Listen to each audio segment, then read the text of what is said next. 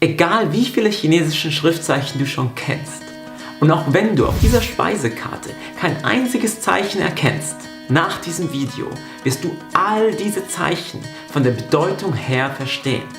Ich zeige dir ein System, mit dem du die Bedeutung von Schriftzeichen erraten kannst, die du noch nie im Leben gesehen hast.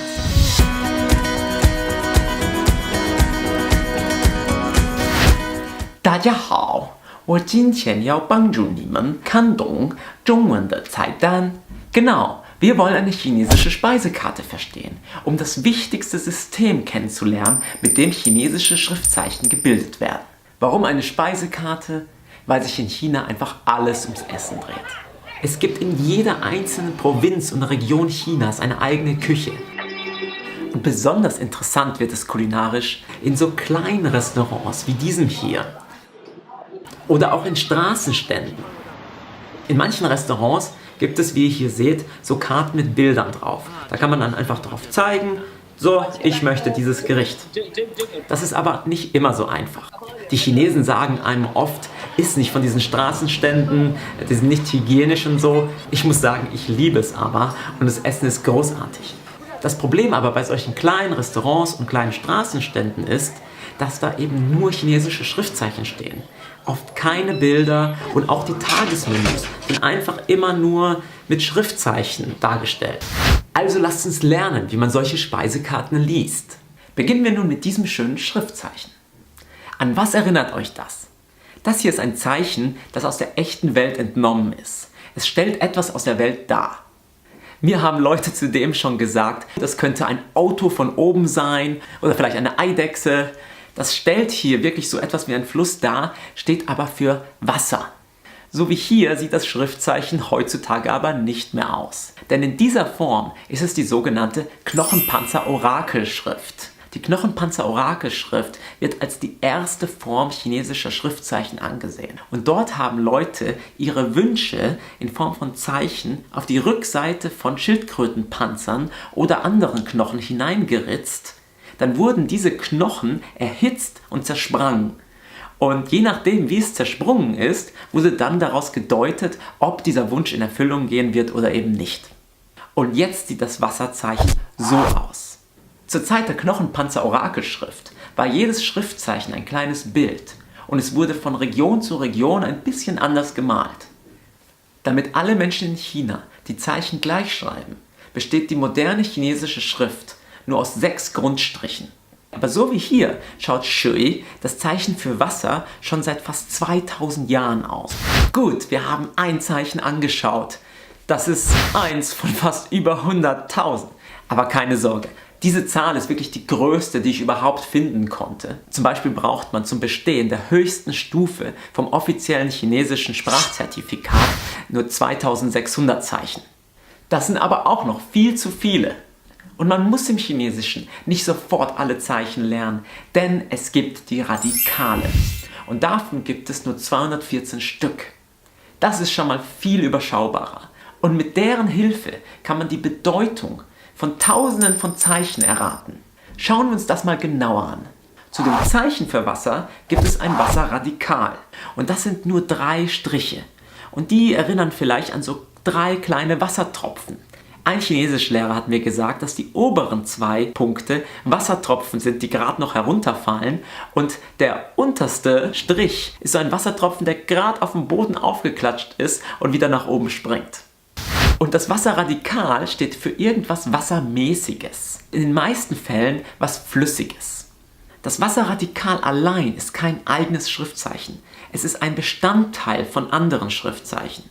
Somit benutzt man das Wasserradikal, um neue Schriftzeichen zu erstellen, die etwas mit Wasser zu tun haben. Zum Beispiel haben wir hier links unten Tang, die Suppe. Dann in der Mitte unten haben wir Yo, das Öl. Und rechts unten haben wir Zhi, den Saft. Also alles Dinge, die mit Wasser zu tun haben. Und das Wasserradikal steht immer auf der linken Seite vom Schriftzeichen. Testen wir mal, ob ihr Schriftzeichen mit dem Wasserradikal in einer chinesischen Speisekarte erkennen könnt. Könnt ihr hier Schriftzeichen sehen, die das Wasserradikal enthalten? In 3 Sekunden kommt die Auflösung. Hier stehen sie alle untereinander. Das sind die ganzen Suppen der Speisekarte. Ihr könnt jetzt schon alle Suppen auf einer chinesischen Speisekarte erkennen. Schauen wir uns mal ein Schriftzeichen näher an, das ein Radikal enthält. Wie ist es aufgebaut? Schauen wir uns dazu Yo, das Öl an. Das links ist ja das Radikal. Das gibt uns die Bedeutung. Also in diesem Fall heißt es etwas Flüssiges. Und rechts ist der Teil, der für die Aussprache verantwortlich ist. Dieser rechte Bestandteil ist an sich auch ein eigenes Zeichen. Aber hier spielt es überhaupt keine Rolle, was die Bedeutung von diesem Zeichen ist. Uns interessiert nur die Aussprache. Und die Aussprache von diesem Zeichen ist gerade Yo. Also haben wir ein Schriftzeichen, das man mit Yo ausspricht und in dem es um Flüssigkeit geht. Über 90% aller chinesischen Schriftzeichen werden auf diese Art und Weise gebildet. Schauen wir uns noch eins an. Was könnte das sein? Ich glaube, die meisten von euch würden direkt Vogel sagen. Und es ist auch ein Vogel. Miau. Aber so schaut der Vogel heute nicht aus. Denn das ist wieder die Knochenpanzer-Orakelschrift. Heute schaut der Vogel so wie hier auf der rechten Seite aus. Aber mit etwas Fantasie kann man immer noch den Vogel darin erkennen. Also vielleicht eben dieser Punkt in der Mitte, da ist das Auge und der Strich oben ist vielleicht ein Gefieder. Und der Vogel hat auch ein Radikal und das Radikal des Vogels schaut genauso aus wie der Vogel selbst, ist einfach nur ein bisschen dünner und gequetscht. Und ihr seht, das Vogelradikal steht immer rechts.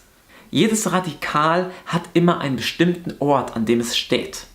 Es kann links, rechts, oben, unten sein und beim Wasser ist es eben links, beim Vogel ist es rechts. Und mit dem Vogelradikal können wir jetzt fast alle Arten von Vögeln im Chinesischen erkennen. Zum Beispiel hier links unten haben wir das Huhn, Ji. In der Mitte unten haben wir die Ente, Ja. Und rechts unten haben wir die Gans, Aber hier bitte nicht mit verwechseln. Denn bedeutet hungrig sein. Das aber nur so am Rande.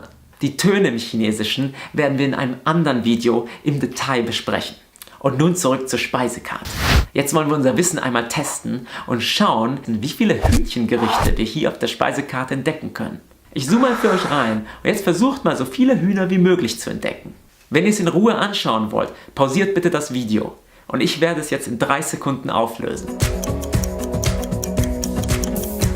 Hier unten ist ein Huhn in einem Gericht für 28 Yuan. Hier sind noch 2 Hühner und da ist auch noch eins. Für Schlaufüchse unter euch, die 5 entdeckt haben, ja, hier ist das 5. Huhn. Gibt es in dieser Speisekarte auch eine Ente? Ja, da unten ist die Ente. Aber erwartet hier nicht einen leckeren Entenbraten, denn dieses Ja gehört zum Wort Ja-Xue und das bezeichnet Entenblut. Das kommt dann so in trockener Form, da kann man sich so Scheibchen von schneiden, ist auch nicht schlecht, aber muss man auch essen wollen in dem Fall.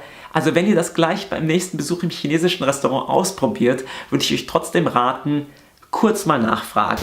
Wir haben uns vorhin Suppen auf der anderen Speisekarte angeschaut. Gibt es hier auch welche? Hier sind 3 Suppen. Und es gibt auch Öl. Yo. In diesem Fall ist das Öl Teil vom Wort Jiangyou, nämlich der Sojasauce. Und hier kommt auch Pao vor, was hier in diesem Zusammenhang etwas wie eintunken bedeutet. Also auch etwas, was mit Wasser zu tun hat. Aber in diesem Fall eben nichts Flüssiges ist. Kommen wir jetzt zum großen Finale und versuchen ein ganzes Gericht zu erkennen. Da habe ich mir ein schönes rausgesucht, nämlich die Hühnermagensuppe. Die Jidutang. Wo ist die Hühnermagensuppe in unserer Speisekarte versteckt? San, R, I. Da ist es. Die leckere Hühnermagensuppe. Sehr gut gemacht. So sah es am Anfang dieses Videos aus. Wir haben diese riesige Speisekarte gesehen und nur gedacht, wie sollen wir da jemals irgendwas verstehen? Und jetzt können wir all diese Schriftzeichen von der ungefähren Bedeutung her verstehen. Und du kannst dein neues Wissen gleich beim nächsten Besuch eines chinesischen Restaurants sofort ausprobieren. Und schreibe deine Erlebnisse in die Kommentare. Ich bin gespannt. Und wenn du kein weiteres Video über Chinesisch und den Alltag in China verpassen möchtest, dann abonniere doch bitte den Kanal. Bis zum nächsten Mal. 再见!